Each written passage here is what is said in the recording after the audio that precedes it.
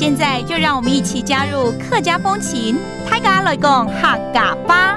To Hakka people, the Dragon Boat Festival is known as the Fifth Month Festival. For the festival, Hakka people prepare zongzi, or glutinous rice dumplings. These are offered up to the gods, to ancestors, and to local guardian spirits. These zongzi can use several different types of rice. The types of leaves used to wrap the zongzi depend on location, with Hakka people in different parts of Taiwan using the leaves of different plants, like ginger or bamboo.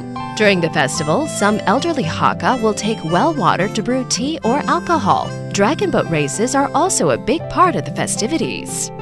Hey, what's up? It's time to talk about Hakka here on ICRT. Hello， 大家好，我是阿斌哥 Leo。Hello， 你好，大家好，我是 Joseph Lin。Leo 啊，这个月份就是端午节的时候了。五月节，5月的节庆。是的，农历5月，好农历啦。我跟你讲，我现在开始学会怎么自己包粽子。哎呦，那么厉害！满屋都是叶子的香气啊。哦，是啊，你用什么叶子啊？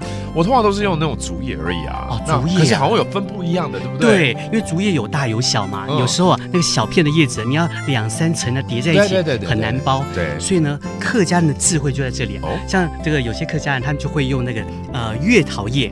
月桃叶就是比较大片，所以呢，要拿来包粽子啊，就比较好。而且呢，还有一个特别的味道。那讲到这味道，另外在新竹内湾啊，他们就把野姜花给包起来了。好多年前有去吃，好吃啊！那个香味啊，真的是入到那个米饭里面去了。对，那它除了用这个野姜花的叶子来包之外呢，它也会把野姜花的那个根茎啊，把它磨粉之后呢，掺到米里头，所以就会有淡淡清香啊。很好。